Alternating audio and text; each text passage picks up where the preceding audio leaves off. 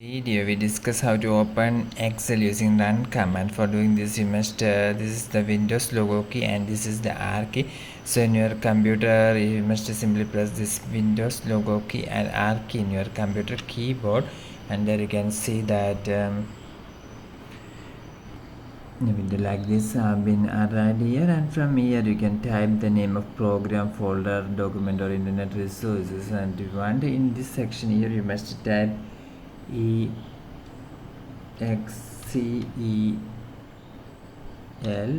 you must type like this, and after that you can simply press this OK button. So if you press this OK button, then you can see that the Excel page have been opened here. So we have opened the Microsoft Excel using a run command by this method. For more you can subscribe.